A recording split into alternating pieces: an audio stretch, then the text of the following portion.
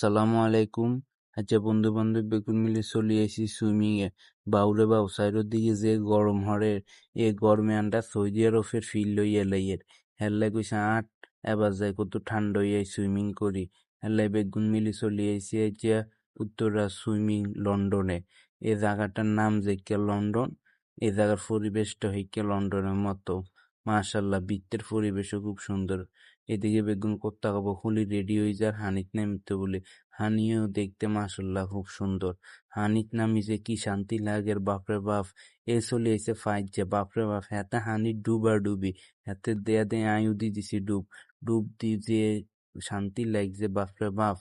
এই গরমের ভিত্তে এই হানির ভিত্তে ডুবা ডুবি করতে কি যে ভাল লাগে, যে তারা করে একমাত্র হেতারাই বুঝে।